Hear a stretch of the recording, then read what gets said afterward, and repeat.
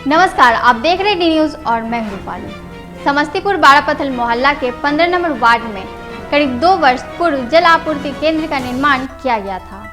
1 वर्ष तक सब कुछ सामान्य रहा, फिर तो भगवान ही मालिक है वो वाली बात हो गई। 4 दिन पूर्व जल आपूर्ति केंद्र का भवन ही जमीन में एक ओर धंस गया, दूसरी तरफ ऊपर हो गया। न जाने सरकार किस तरह के संवेदक से काम करवाती है।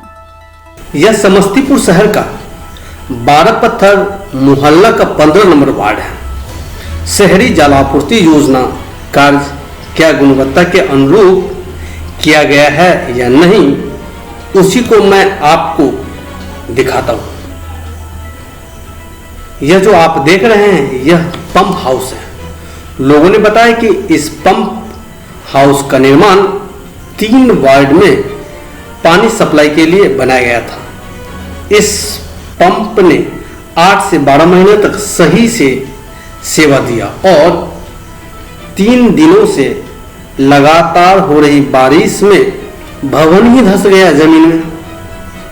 अब देखिए, भवन चारों ओर से जमीन को छोड़ चुका है। भगवान ही मालिक है इस भवन का, क्योंकि आला अधिकारी इसे देखने नहीं आए।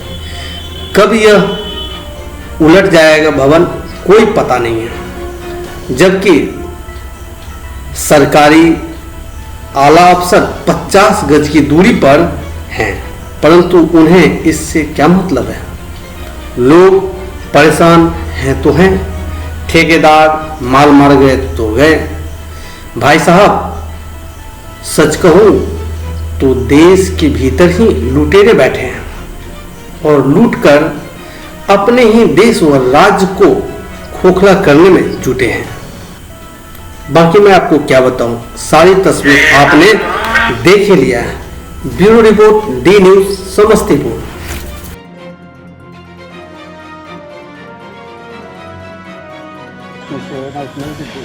जलधन योजना भी जो है, ये नल जल योजना जो है एक महत्वपूर्ण है, जो कि पिछले 1 महीने से बंद है और तकरीबन ये 4-5 दिन पहले से इसका पुनर्निर्माण का एक भाग से धंस गया और कंप्लीट ये बंद है।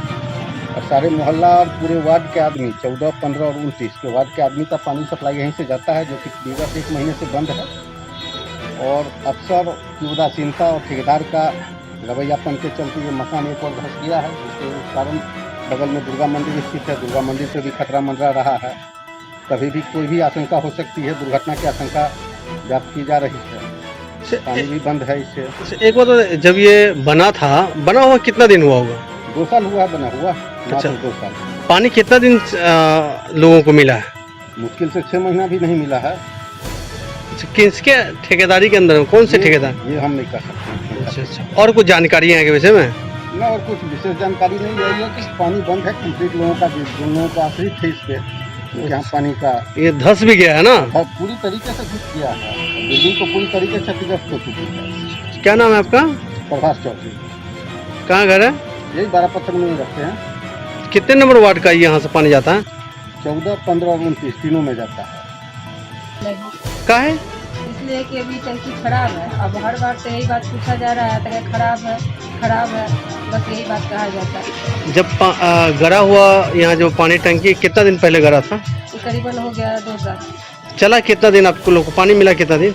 वही 1 साल या 8 महीना मुश्किल से रेगुलर, और 1.5-2 महीना तक खाली नल ही खराब है। तो क्या यहाँ टंकी उलट गया, बिल्डिंग सुने धंस गया है? हाँ, एक साइड से धंस गया। अच्छा, दूसरा साइड उठ गया है? दूसरा साइड उठा हुआ है। काम अच्छा हुआ है इसीलिए क्या? अब जो भी कहिए इसको। आपके नज़र से क्या लगता है? मेरे नज़र में तो क्या है, बस यहाँ पर मनमानी हो रहा है और क्या कहने के लिए जाइए तो बस एक तरफ से सुनता है, दूसरी बात कहता है कि आएगा ठीक करने के लिए तभी तो देंगे, ठीक करने के लिए आएगा तभी तो पानी। आप लोग परेशान है कहते कहते ना? अभी हम लोग सामने में काली मंदिर में चापाकल गड़ा हुआ, उसी में से लाते हैं या फिर पड़ोस से ले लीजिए। कहाँ घर है? बारापत्थर गड़ा हुआ, पानी नहीं दे रहा। टंकी गड़ा हुआ है? कितना दिन पहले गड़ा था? जब से ये लगा तब से गड़ा हुआ। कितना साल हुआ होगा? अच्छा, 2 साल से लगा हुआ है। पानी कितना दिन मिला आप लोगों को? साल भर करीब मिला। उसके बाद क्या स्थिति है वो टंकी का, रूम का? यहाँ जलापूर्ति योजना का कोई भी कार्य सही ढंग से नहीं किया गया है। बाड़ा पत्थर वार्ड नंबर 15 में पंप हाउस का जो निर्माण हुआ वो कुछ दिन बाद ही 1 साल के बाद ही वो ध्वस्त हो गया।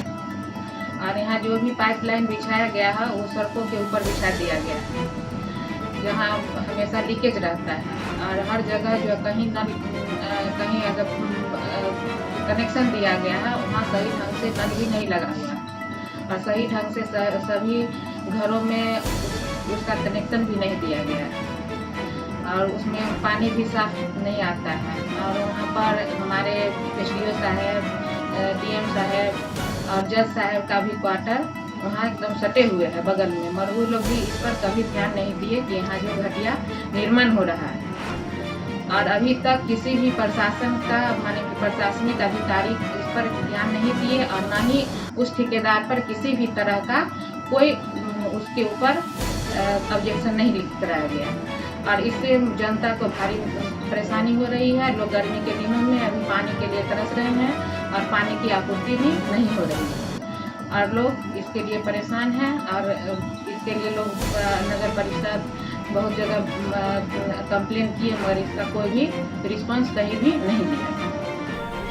प्रदेश में बढ़ते ब्लैक फंगस मामले के बीच दवाइयों की जमाखोरी, कालाबाजारी को रोकने के लिए व बदहाल स्वास्थ्य को सुचारू करने की मांग को लेकर जितवारपुर राजद कार्यालय पर स्थानीय विधायक अख्तरुल इस्लाम शाहीन 2 घंटे का सत्याग्रह सह सांकेतिक धरना पर बैठे।